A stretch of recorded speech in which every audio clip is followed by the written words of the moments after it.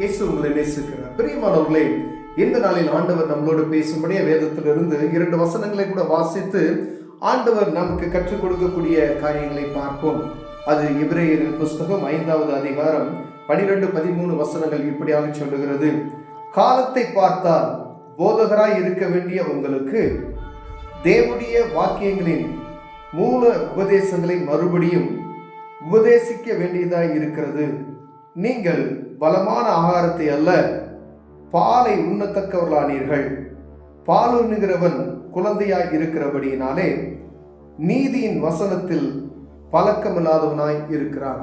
பிரியமானவர்களே, காலத்தை பார்த்தால் போதகராய் இருக்க வேண்டிய நீங்கள் இன்னும் பால் குடிக்கிற குழந்தைகளைப் போல இருக்கிறீர்கள் என்று வேதத்தில் ஆண்டவர் எழுதி வைத்திருக்கிறார். பிரியமானவர்களே, காலத்தை பார்த்தால் ஒருவேளை நம்ம ஆண்டவரை கிறிஸ்துவை அறிந்து கொண்டு, ஒருவேளை கிறிஸ்தவர்களாய் ஒரு 5 வருஷத்துக்கு முன்னாடி தான் நான் இயேசுவை அறிந்து கொண்டு இருக்கிறேன் அப்படின்னு சொல்றவங்க இருக்காங்க. நான் பரம்பரை கிறிஸ்தவ, அப்பா அம்மா 2 தலைமுறைகள் 3 தலைமுறைகள் கிறிஸ்தவர்களாய் இருக்கிறோம் அப்படின்னு சொல்லுகிறவர்கள் கூட நான் பாருங்க, அநேக முறைகள்ல வேதத்தினுடைய காரியம் அவர்களுக்கு தெரியவில்லை. ஏன் அப்படின்னு சொன்னா, பழைய ஏற்பாட்டின் காலத்துல நம்ம வேத புத்தகத்தை வாசிக்கும் பொழுது பாருங்க, ஒவ்வொரு இடத்திலையும் நியாயப்பிரமாண புஸ்தகம் என்ன செய்யப்பட்டது, வாசிக்கப்பட்டது. எப்படின்னு பார்த்தீங்கன்னா, எல்லார் காதுகளும் கேட்க நியாயப்பிரமாண புஸ்தகத்தை வாசிப்பார்கள். இதையெல்லாம் இருதயத்தில் நீங்கள் ஏற்றுக்கொள்ள வேண்டும், இதன்படி தான் நடக்க வேண்டும் என்று சொல்லி நியாயப்பிரமாண புஸ்தகத்தை ஒவ்வொரு ராஜாக்களும் அதை எல்லா மக்களும் கேட்க, வாசிக்க, அதை பழக்குவிக்க, அதை படித்து வைக்கும்படியாய் அநேக இடங்களிலே, அநேக வசனங்களிலே நமக்கு வாசிக்க முடிகிறது. பிரியமான, ஆனா ஆண்டவர் சொல்கிற இந்த இடத்துல புதிய ஏற்பாட்டின் காலத்துல நீங்கள் பால் உண்ணுகிற குழந்தைகளை போல இருக்கிறீர்கள். காலத்தை பார்த்தா நீங்க போதகரை மற்றவர்களுக்கு போதித்து அவர்களை வழிநடத்தக்கூடிய வேண்டிய இடத்துல இருக்க வேண்டிய நீங்க என்ன செய்வீங்கன்னா, பால் குடிக்கிற குழந்தையை போல வேத வசனத்தின் நீதியின் வசனத்தை அறியாதபடிக்கு ஒரு கடினமான ஒரு வசனத்தை ஏற்றுக்கொள்ள முடியாத சூழ்நிலை நீங்க இருக்கிறீங்களே அப்படின்னு சொல்றாரு. அப்ப ஏற்றுக்கொள்ள முடியாத கடினமான வசனம் ஒருவேளை நம்ம வாழ்க்கையில அது நமக்கு சொல்றாங்க, ஒரு போதகர் சொல்றாங்க, நீங்க வேத வசனத்தை வாசிக்கும் போது இதை செய்யாதே அப்படின்னு சொல்லி வசனத்தை வாசிக்கும் பொழுது அது நமக்கு ஏற்றுக்கொள்ள மனதா இல்லாதபடி ஒரு பெரிய பாரம் போல தோன்றுகிறது. பிரியமானவர்களே, அதற்காக ஆண்டவர் சொல்கிறார், பால் உண்ணுகிற குழந்தையை போல காணப்படுகிறீர்கள். ஏன் அப்படின்னு சொன்னா, ஒரு பாவமான ஒரு காரியத்தை வேதத்துல சொல்லப்பட்டு இருக்கிறது, செய்யாது இருக்க 10 கற்பனைகளை எடுத்துக்கங்களேன். இந்த 10 கற்பனைகளை நமக்கு ஆண்டவர் எழுதி வைத்தது அதை கடைபிடிக்கணும்னு சொல்லிதான். அப்ப அதை கடைபிடிக்கும் போது சின்ன சின்ன காரியத்தை நம்ம பொய் சொல்லாதிருப்பாயாக அப்படின்னு சொன்னா விட்டுருவோம். சில காரியங்கள்ல நம்ம தவறு செய்கிற காரியத்தில் ஆண்டவர் நம்மளோட இடைப்படும் பொழுது அதை ஏற்றுக்கொள்வதற்கு நமக்கு மனதில்லாதபடி இருக்கிறோம் பார்த்தீங்களா, அதுதான் கடினமான ஒரு காரியம்.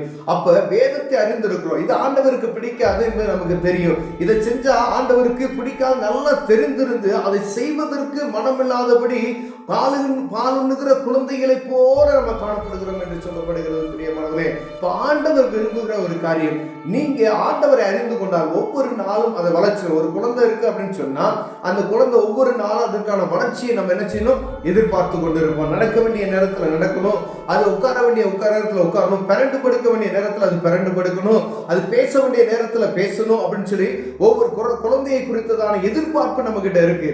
அதே போலதான் ஆண்டவராகிய இயேசு கிறிஸ்து நம்ம அவருடைய பிள்ளைகளாகிய நாம் ஒவ்வொரு நாளும் ஒவ்வொரு காரியத்திலும் அவருடைய அவர் எதிர்பார்க்கிறது, என் பிள்ளை நடக்கும், என் பிள்ளை பேசும், என் பிள்ளை இந்த காரியத்தை செய்யும் சொல்லி எதிர்பார்த்து காத்து கொண்டு இருக்கிறார். பிரியமானவர்களே, அப்படியானால் அவருடைய வசனத்தை நம்ம ஏற்றுக்கொண்டு அதன்படி நடக்கிறவர்களாய் அவர் விரும்புகிற வண்ணமே நம்ம நடக்கும்படி அவர் என்ன செய்யறாரு, எதிர்பார்த்து கொண்டு இருக்கிறார். ஒருவேளை அநேக முறைகள்ல நம்ம சமூகத்துல நம்ம கிட்ட வந்து ஆண்டவர் எதிர்பார்க்கிற ஒரு காரியம், ஆண்டவர் விரும்புகிற அந்த காரியம், என் பிள்ளை பேசுவான், என் பிள்ளை நடப்பான், என் பிள்ளை இந்த வசனத்தை மற்றவர்களுக்கு போதிப்பான் அப்படின்னு சொல்லி ஆண்டவர் எதிர்பார்க்கிறார். ஆனா அவருடைய எதிர்பார்ப்பு எப்படி இருக்குன்னா, ஒரு குழந்தையை போல. ஒரு 10 வருஷத்துக்கு முன்னாடி என் பிள்ளைகிட்ட வந்து நான் பார்த்தேன், அவன் அப்படியே தான் இருக்கான், இன்னும் பால் குடிக்கிற குழந்தையை போலதான் இருக்கிறான். ஒரு பலமான ஒரு ஆதாரத்தை உண்ணக்கூடிய ஒரு அவனுக்கிட்ட அந்த அளவுக்கு தகுதி இல்லாதபடி, ஒரு பலன் இல்லாதபடி காணப்படுகிறான் என்று சொல்லி ஆண்டவர் வேதனைப்படுகிற ஒரு காரியத்தை இதில் எழுதி வைத்திருக்கிறார். பிரியமானவர்களே, வேத வசனத்தை வாசித்து அதை தியானித்து அதை நம்ம உலகில் ஏற்றுக்கொண்டு மற்றவர்களுக்கு அறிவிக்கும்படியாய் ஆண்டவர் விரும்புகிறார். ஏன் அப்படின்னு கேட்டீங்கன்னா, புதிய ஏற்பாட்டின் காலத்துல ஆண்டவராக இயேசு கிறிஸ்து எல்லா மனிதர்களும் சுவிசேஷத்தை அறிவிக்கும்படியாய் அவரே தன்னுடைய சொந்த இரத்தத்தை சிந்தி மனிதனுடைய பாவத்தை மன்னித்து எல்லாரும் சுவிசேஷத்தை அறிந்து கொண்டு நீங்கள் போய் எல்லாருக்கும் சுவிசேஷத்தை சொல்லி அவர்களை சீசராக்குங்கள் என்று சொல்லி இருக்கிறார்.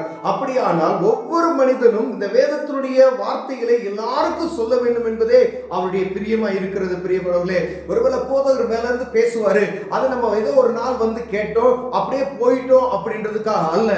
ஏன் ஆண்டவர் நீ பால் குடிக்கிற குழந்தையை போல இருக்கிறன்னா, இந்த வேத புத்தகத்தை என்னைக்கு நீங்க வாசிக்கிறீங்களோ அப்பதான் இந்த காரியத்தை நீங்க அறிந்து கொள்ள முடியும். இந்த வேத புத்தகத்தை நீங்க கையில எப்ப எடுக்கிறீங்களோ ஆண்டவர் உங்களோடு இடைபட ஆரம்பிப்பார். ஏதோ ஆலயத்துக்கு மாத்திரம் நான் எடுத்துட்டு போயிட்டு வீட்டுக்கு வந்து அப்படியே வச்சுட்டதுனால நான் கிறிஸ்தவன் ஆயிட முடியாது, ஆண்டவருடைய பிள்ளையை மாற முடியாது. பிரியமானவர்களே, ஆண்டவர் விரும்புகிறது என் பிள்ளை இந்த வார்த்தையை வாசிக்கணும், நான் எழுதி வைத்த இந்த உயிரை வாசிக்கணும், அதை கடைபிடிக்கணும், அதை மற்றவர்களுக்கு அவங்க சொல்லணும்னு சொல்லி ஆண்டவர் விரும்புகிறார்.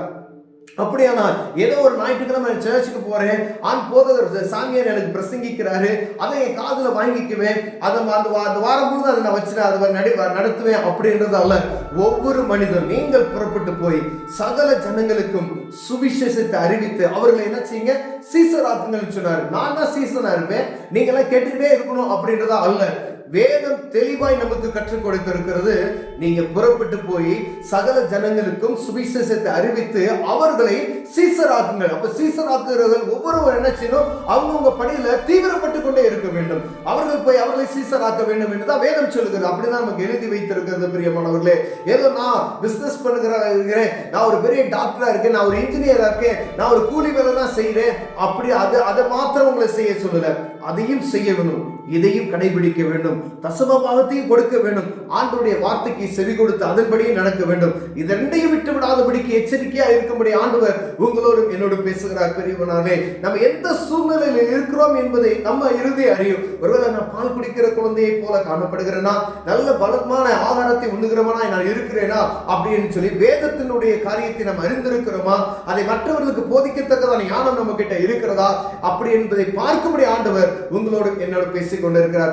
ஒருவேளை இதுல நாம் குறைவுள்ளவர்களாக இருந்தால் தேவ சமூகத்தில் கண்களை மூடி ஜெபிப்போம். ஆண்டவர் அதுக்கான பலனை தருவார். அன்பின் தகப்பனே, இந்த அருமையான நாளுக்காய் ஸ்தோத்திரம். ஆண்டவரே, இன்னும் நாங்கள் பால் குடிக்கிற குழந்தையை போல ஆண்டவரை கடினமான உபதேசத்தை ஏற்றுக்கொள்ள மனதில்லாதவர்கள் போல இருக்கிறோம். ஆண்டவரே, இயேசுவின் நாமத்தினால் அவையெல்லாம் எடுத்து போட்டு ஆண்டவர் நல்ல ஆண்டவரை பலமாய் ஆண்டவர் இந்த வேதத்தை வாசித்து அதன்படி நடக்கிறவர்களாய் காணப்பட எங்களுக்கு உதவி செய்யுங்க. இயேசுவின் நாமத்தில் பிதாவே, ஆமென்.